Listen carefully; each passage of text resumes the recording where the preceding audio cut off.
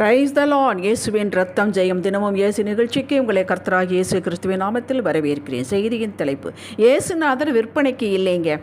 ஆதார வசனம் உன்னத பாட்டு 8:7. திரளான தண்ணீர்கள் நேசத்தை அவிக்க மாட்டாது, வெள்ளங்களும் அதை தணிக்க மாட்டாது. ஒருவன் தன் வீட்டில் உள்ள ஆஸ்திகளை எல்லாம் நேசத்துக்காக கொடுத்தாலும் அது முற்றிலும் அசட்டை பண்ணப்படும். கிறிஸ்துவின் அன்பிற்கு பாத்திரவான்களே, பெற்றோர்கள் பிள்ளைகளை நேசிக்கிறோம், வளர்க்கிறோம். நம்முடைய சிந்தனை முழுவதும் பிள்ளைகள் ஆக்கிரமித்திருக்கிறார்கள். இந்த அன்பிற்கும் கரிசனைக்கு எதுவும் ஈடாகாது. ஒரு உதாரணத்தை சொல்கிறேன். உதாரணம்தான். பிள்ளை தவறு செய்து விட்டது. நம் பேச்சை மதிப்பதில்லை, கேட்பதில்லை. பெற்றோர்கள் மனது முன்பு இருந்ததை காட்டிலும் அதிகமாக அல்லாடுகிறது. கர்த்தரிடம் கதறுகிறோம், செபிக்கிறோம், வருத்தம் இருக்கிறது, கோபம் கூட வருகிறது, கடிந்தும் கொள்கிறோம். ஆனால் அன்பு குறைகிறதா? இல்லையே. ஒரு நேரம் அந்த பிள்ளை சாப்பிடவில்லை என்றால் அந்த பெற்றோரின் மனம், அது தாயின் மனம் துடிக்கிறது. மனிதர்களாக நமக்கே இப்படி இருக்கிறது என்றால் தன் ரத்தம் முழுவதையும் கொட்டி, சும்மா கொட்டவில்லைங்க, அந்த சரீரம் நெருக்கப்பட்டு, உடைக்கப்பட்டு, கிழிக்கப்பட்டு, கொட்டி நம்மை மீட்டு எடுத்திருக்கிறார். யாரும் தன் பிள்ளைக்காக ஜீவனை கொடுப்பதில்லை. இயேசுவோ நாம் அடைய வேண்டிய மரண தண்டையை தாம் அனுபவித்து நம்மை மரணத்திலிருந்து மீட்டுக்கொண்டார். கலாத்தியர் 3:13. இந்த அன்பிற்கு எதையாவது ஈடு செய்ய முடியுமா? அதனால் தான் தாவீது சொன்னான், என்னத்தை இந்த அன்பிற்கு ஈடாக கொடுப்பேன்? ரட்சிப்பின் பாத்திரத்தை, அதாவது தன்னையே எடுத்துக்கொண்டு உம்மை தொழுதுவது அல்லாமல் வேறு என்ன செய்ய முடியும்? சங்கீதம் 116:13. நாம் தாவீதை விட சிலாக்கியம் பெற்றவர்கள். தாவீது ராஜ அபிஷேகம் பண்ணப்பட்டவன் தான். ஆனால் எத்தனை இடரல்கள், பாடுகள், வேதனைகள். ஆனாலும் அவன் ஒரு நாளும் கர்த்தர் தன் நேசத்தை குறைத்து கொண்டார் என்றோ, பனிஷ்மெண்ட் பண்ணுகிறார் என்றோ எண்ணவில்லை, சொல்லவில்லை. மாறாக தன்னால் முடியவில்லை, புறாவை போல இறகுகள் இருந்தால் பறந்து போய் இளைப்பாறுவேனே என்றுதான் தன்னுடைய ஆற்றாமையை சொன்னார். இக்காலத்து கிறிஸ்துவ வட்டாரங்களில் ஆசீர்வாதங்கள், செழிப்புகள், முன்னேற்றம் கிடைத்தால், காரியங்கள் கைகூடி வந்தால், வாய்த்தால் கர்த்தர் தங்களை ரொம்ப நேசிக்கிறார் என்றும், தாங்கள் செய்வது காரியமெல்லாம் சரியானது என்றும், ஏது நடக்கவில்லை, கர்த்தர் தங்களுக்கு நடக்கவில்லை என்றால் கர்த்தர் தங்களை மறந்துவிட்டாரோ என்றும், எதிர்மறையான காரியங்கள் நடக்கும்போது கர்த்தர் தங்கள் மேல் கோபம் என்றும், அன்பு தணிந்து விட்டதோ, கிருபையை அடைத்து கொண்டாரோ என்றும், தாங்கள் தவறு செய்து விட்டோமோ என்று கில்ட்டி கான்சியஸோடு ஃபீல் பண்ணுகிறார்கள். இவைகள் முற்றிலும் தவறு, அனைத்தும் தவறு.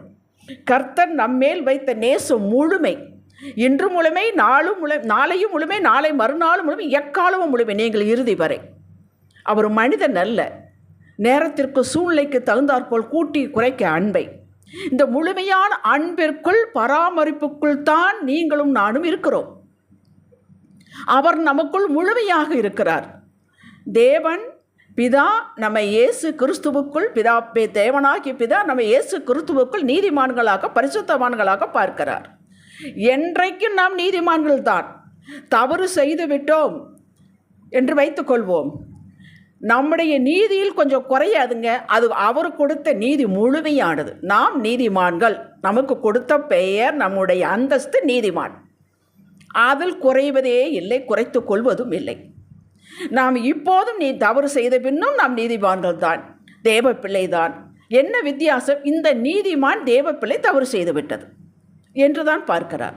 நாம் தான் அவருக்குள் முழுமையாக இருப்பது இல்லை. ஏதாவது நல்லது செய்தால், நிறைய வாசித்தால், நிறைய ஜெபம் பண்ணினால், உபவாசம் இருந்தால் நிறைய ஆசீர்வாதங்கள் வரும். இது தவறான கருத்து. ஒன்றுமே செய்யவில்லை என்றால் பனிஷ் பண்ணுவார். தவறான கருத்து. நாம் வாசிக்க வேண்டும், தேட வேண்டும், அவரை நேசிக்க வேண்டும், உபவாசம் இருக்க வேண்டும். இது நாம் நீதிமான்களாக இருப்பதால், பரிசுத்தவான்களாக இருப்பதால், தேவ பிள்ளை இருப்பதால் நாம் செய்ய வேண்டும். அவரை அறிகிற அறிவினால் தான் நமக்கு அறிவு கிடைக்கும், ஞானம் கிடைக்கும், சத்தியம் புரிபடும். இதை கொண்டு ஆசீர்வாதத்துக்குள் ஒட்ட வைக்காதீர்கள். நாம் செய்ய வேண்டும், கட்டாயம் செய்ய வேண்டும். இது அன்பின் செயல்பாடுகள். நாம் அவருக்கு கீழ்ப்படுகிறோம், நாம் அவரை நேசிக்கிறோம் என்பதை காட்டுவதாகும். இவ்வளவு நேசத்திற்கு இவ்வளவு ஆசீர்வாதம், இன்னும் கொஞ்சம் நேசத்திற்கு இன்னும் கொஞ்சம் ஆசீர்வாதம் என்று கணக்கு போடாதீர்கள். நாம் தான் உள்ளே போவோம், வெளியே வருவோம், சந்தேகப்படுவோம், தவறு செய்வோம், மன்னிப்பு கேட்போம், மன்னிப்பார். கொஞ்ச நாள் நன்றாக இருப்போம், பின் தவறுவோம், மறுபடியும் ஒரு சான்ஸ் கொடுப்பார். இப்படியே தான் போய்கொண்டிருக்கிறது வாழ்க்கை. விழுவதும் எழுவதும் தான் நாம் தான். இளையகுமாரன் லூக்கா 15ஆம் அதிகாரத்தை வாசியுங்கள். இளையகுமாரன் தன் சொத்துக்களை பிரித்து தர சொல்லி வாங்கி கொண்டு போனான். துன்மார்க்கமாய் ஜீவிதம் பண்ணினான். எல்லாம் போய்விட்டது. ஏழையானான். பன்றி மேய்க்கிற வேலை தான் கிடைச்சது. அதுவும் அந்த பன்னிக்கு போடக்கூடிய தவிடு கூட இவனுக்கு கிடைக்கவில்லை. புத்தி தெளிந்தது. தன் தகப்பனிடம் வருகிறான். என்னை குமாரனாக பிள்ளையாக வைத்துக் கொள்ள வேண்டாம். அவனுக்கே ஒரு கான்சியஸ், கில்ட்டி கான்சியஸ். வேலைக்காரனாக கூலிக்காரனாக வைத்துக் கொள்ளுங்கள் என்றான். தகப்பன் காதில் விழுந்துதான், அவள் கவனிக்கவில்லை. தகப்பன் செய்தது லூக்கா 15ஆம் அதிகாரி 22-24 வரை வாசித்து பாருங்கள். அந்த அன்பிற்கு அளவே இல்லை. நாம் தான் கில்ட்டி கான்சியஸ்னால நமக்கு இப்படி அப்படி, இதில் கொஞ்சம் குறைச்சிக்கங்க, அதில் கொஞ்சம் குறைச்சிக்கங்க. முழுமை நம்மை முழுமையாக பார்க்கிறார் இயேசு கிறிஸ்துவுக்குள் பிதா. ஏன் எனக்கு நோய், ஏன் எனக்கு வறட்சி, ஏன் எனக்கு வேலை கிடைப்பதில்லை, எனக்கு ஏன் ஏழ்மை என்றால் கர்த்தர் என் மேல் வருத்தம். நான் அவரை விரும்புகிறவனா நடப்பதில்லை. அவருக்கு கோபம். முன்பிருந்த அன்பு இப்போது என்னிடம் இல்லை என்று நாம் எண்ணுகிறோம். இதை இன்றோடு பிடுங்கி சமுத்திரத்தின் ஆழத்தில் போட்டு விடுங்கள். அது வெள்ளம் போல் வந்து மோதினாலும் அவர் உங்கள் மேல் வைத்த அன்பு குறைவதே குறையாது. நீங்களும் அவர் மேல் வைத்த அன்பு விசுவாசத்தையும் எல்லளவும் குறைக்காதீர்கள், குறைக்க முடியாது. அன்பை காட்டுங்கள். நாம் கிரியையினால் அவர் காட்டினார் அல்லவா, சிலுவையில் காட்டினார் அல்லவா, உயிர்த்தது நம்ம ஆசீர்வதிக்கிறார் அல்லவா, அப்படி நாம் காட்ட வேண்டும். அப்போஸ்தலனாகிய பவுல் புதிய ஏற்பாட்டின் நிருபங்கள் அதிகமாக எழுதியவன். ஐரோப்பா கண்டம் முழுவதும் சபைகளை ஸ்தாபித்தவன். அடைந்த துன்பங்கள், கல்லடி, வசையடி, கப்பற் சேதம், சிறைத்தண்டனை, எத்தனை எத்தனை காயங்கள். அவன் சொல்லுகிறார், கிறிஸ்துவின் அன்பை விட்டு நம்மை பிரிப்பவன் யார்? உபத்திரவமோ, வியாகுலமோ, துன்பமோ, பசியோ, நிர்வாணமோ, நாசமோசமோ, பட்டயமோ, இவையில் எல்லாவற்றிலேயும் நம்மில் அன்பு கூறுவராலே முற்றிலும் ஜெயங்கொள்ளவர்களாயிருக்கிறோம்.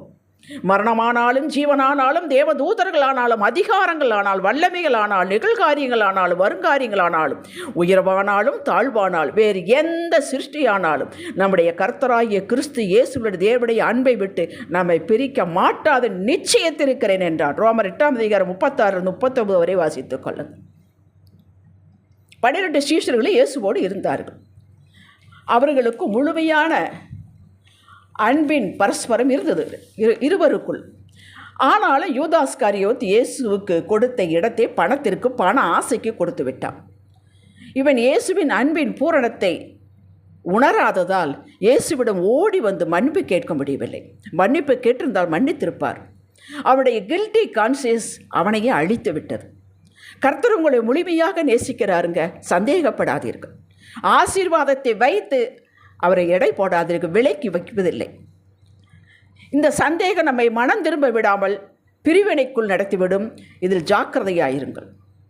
நீங்களும் கர்த்தரை நேசிக்கிறீர்கள், இதிலும் உங்களுக்கு சந்தேகம் வேண்டாம். அன்பின் செயல்பாடு சற்று மாறுபடுகிறது.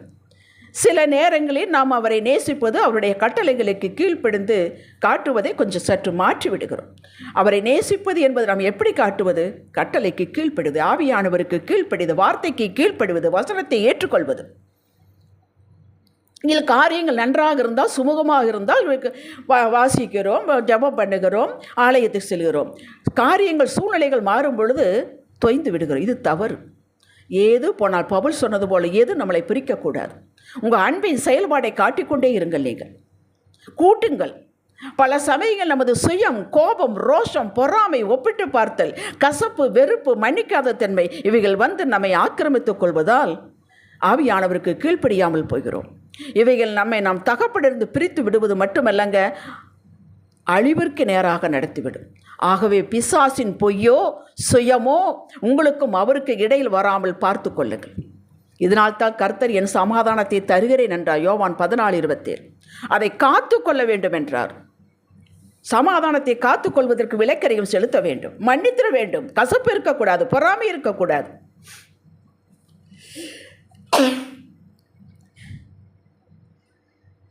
சகலமும் கிடைத்துவிட்டால் ஆர்ப்பாட்டம் வேண்டாம். நான் சரியாக செய்கிறேன், ஆகையால் தான் எனக்கு ஆசீர்வாதம், நான் செய்வதெல்லாம் சரி, அப்படி நினைக்காதீர்கள். ஆண்டவரோடு இணைந்திருங்கள். ஒன்றுமே கிடைக்கவில்லை, இருந்ததும் போய்விட்டது யோபுவை போல என்றாலும் அமெரிக்கையாக அவரை தேடுவதில், கீழ்ப்படிவதில், இவையெல்லாம் அன்பின் கிரியைகள், செயல்கள். சுணக்கம் இருக்கவே கூடாது. அவருக்கும் உங்களுக்கு இடையில் எதுவும் வரக்கூடாது. கூட்டுங்கள். இதுதான் தேவ அன்பில் நிலைத்திருத்தல். இப்படி இருந்தால் நீங்கள் யாராக இருந்தாலும் சரி, பாரபட்சமற்ற தேவன் பரலோகமே உங்களுக்கு பணிவிடை செய்ய இறங்கி வரும். பிலிப்பியர் 4:19 நிறைவான ஆசீர்வாதம் உண்டு. ஜெபிக்கலாம். தகப்பனே, பவுலடிகளார் சொன்னது போல எதுவும் உங்களையும் என்னையும் பிரிக்க விட மாட்டேன். உங்களது அன்பிலே அரவணைப்பிலே நிலைத்திருப்பேன். நீர் முற்று முடிய ரட்சிக்கிறவர் என்பதை அறிவேன். நீர் என்னை கைவிட மாட்டேன். நீர் வார்த்தையில் உண்மையுள்ளவர்.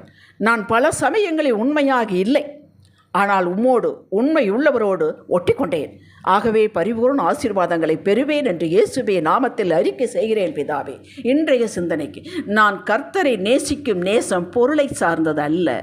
நேசிப்பேன், இன்றும் நேசிப்பேன், என்றும் நேசிப்பேன், என் மூச்சு இறுதி முடியும் வரை நேசிப்பேன். ஆமேன். ஹல்லேலூயா.